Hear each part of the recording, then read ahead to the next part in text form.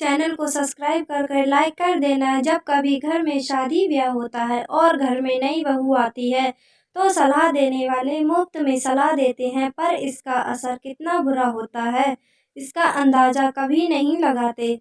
खुद ने जिंदगी में कुछ किया ना हो ना किया और पर दूसरों को प्रेरणा देने को हर कोई तैयार हो जाता है। ढोलक की थाप पर सब लोग नाच रहे थे। घर में नई नवेली बहू नेहा आ चुकी थी। आज उसकी मुंह दिखाई की रस्म थी। सब लोग बहू को सुंदरता की तारीफ कर रहे थे और बधाइयां गा रहे थे, लेकिन कुछ लोग ऐसे भी थे जो नई नई सास बनी विमला जी को अपनी मुफ्त की सलाह देने से पीछे नहीं हट रहे थे।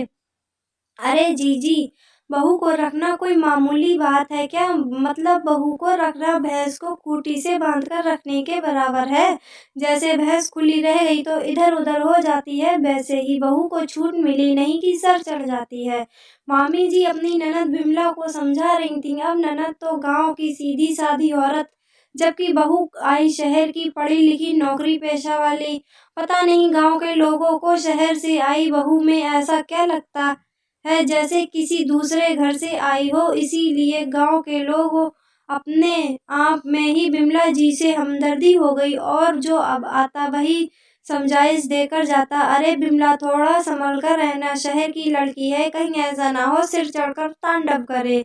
इसीलिए जितना दबा कर रखोगी उतना ही अच्छा है। और बिमला जी उन लोगों की बातों में आकर खुद को बेचारी समझने लगती हैं। अपने बेटे को संभाल कर रखना, कहीं ऐसा ना हो शहरी बहू बेटे को लेकर फुर्र हो जाए और तू हाथ मलती रह जाए। बिमला जी ने भी लोगों की बातों में आकर इन कुछ दिनों में खुद को बेचारी और बहू को अत्याचारी सोचकर कई बार दुष्प्रभाव भी देख लिए। कुछ दिनों तो ये रीति रिवाज और एक दूसरे को समझने समझाने में ही लग गए। कुछ दिनों बाद बेटा बहू को शहर जाने का वक्त आया तो बिमला जी ने अपने बेटे सूरज को समझाने लगी, बेटा बहू पर नजर रखना, कहीं ऐसा ना हो किसी के हाथ से निकल जाए और अपनी मनमानी करने लगे। अरे माँ, कैसी बातें कर रही हो? तुम्हारी बहू पढ़ी लिखी समझदार है, कोई बच्ची नहीं है जो हाथ से निकल जाएगी। हाँ, तू बस मेरा मजाक बना बेटा। बेटा, गांव में सभी बुजुर्ग कहते हैं कि बहू को रखना खूंटी भैंस को खूंटी से बांधकर रखने के बराबर है। कहीं ऐसा ना हो तू हाथ मलता रह जाए। और पैसे टके के मामले में अभी से उसे कुछ बताने की जरूरत नहीं है। नहीं है, क्या पता हाथ में बरकत है, न्याय है क्या? माँ, कितनी बार समझाया है तुम्हें, इन गांव की फालतू औरतों के साथ मत बैठा करो, बेवजह की बुद्धि देकर चली जाती हैं और कुछ नहीं। हाँ, अब तो शहर की बीवी आ गई है तेरी माँ। अब तो तुझे गांव की सारी औरतें गंवार ही फालतू ही लगेंगी। कहीं ऐसा ना हो एक दिन माँ भी गंवार लगने लगे। हाँ ठीक है, चलो कोई नहीं, ध्यान रखूंगा, कहकर सूरज ने बात को वहीं खत्म किया और अपनी पत्नी नेहा के साथ शहर को रवाना हो गया। फिर शहर आने के बाद भी वह बिमला को चैन नहीं था। आए दिन फोन करके सारे हाल चाल ही तो पूछती थी, साथ में 10 सलाह भी देती थी। नेहा की हर हरकत का पूरा ध्यान रखती थी, वो कब क्या करती है हर चीज के बारे में सूरज से पूछती। अब कोई इंसान बार बार एक ही बात को बोलता रहे तो थोड़ा असर हो ही जाता है। सूरज भी धीरे धीरे अपनी माँ का समर्थन करने लगा। सूरज किसी न किसी बात को लेकर नेहा को टोक देता तो दोनों में लड़ाई झगड़े और बढ़ जाते।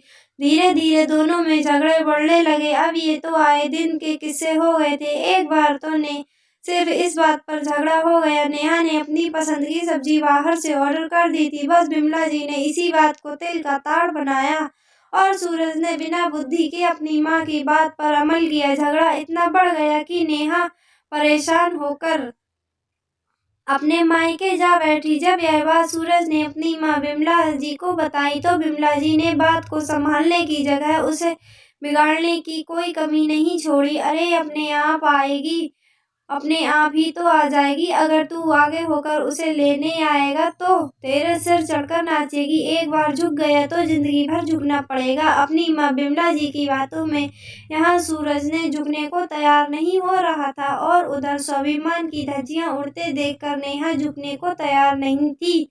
आखिर क्यों झुके, गलत थोड़ी ना थी। उस समय बिमला जी को सिर्फ खुद का बेटा दिख रहा था, ना कि तो कहीं गायब हो चुका था। उन्होंने बेटा बहू में सुलह कराने की कोशिश नहीं की, बल्कि एक औरत दूसरे औरत के खिलाफ खड़ी हो गई। आखिर मामला यहाँ तक तलाक तक पहुँच गया और दोनों की सहमति के साथ ये किस्सा तलाक पर जाकर खत्म हुआ। विमला जी आज बेचारी बनी हुई थीं। लोग अभी भी सलाह दे रहे थे कि थोड़ा सब्र कर लेते तो परिवार की इज्जत बर्बाद नहीं होती। तो कोई कहता कि आगे सोच समझकर कदम उठाना। अपने बेटे में क्या कमी है, दूसरी मिल जाएगी। दोनों की कहानी के साथ शुरू होकर खत्म भी हो गई, पर सलाह देने वाले मुफ्त की सलाह से पीछे नहीं हटे। चैनल को सब्सक्राइब करके लाइक कर लेना और नोटिफिकेशन दबा देना, जिससे हर आने वाली स्टोरी का नोटिफिकेशन आपको मिलता रहे। धन्यवाद, बाय बाय। कमेंट में बताना स्टोरी कैसी लगी।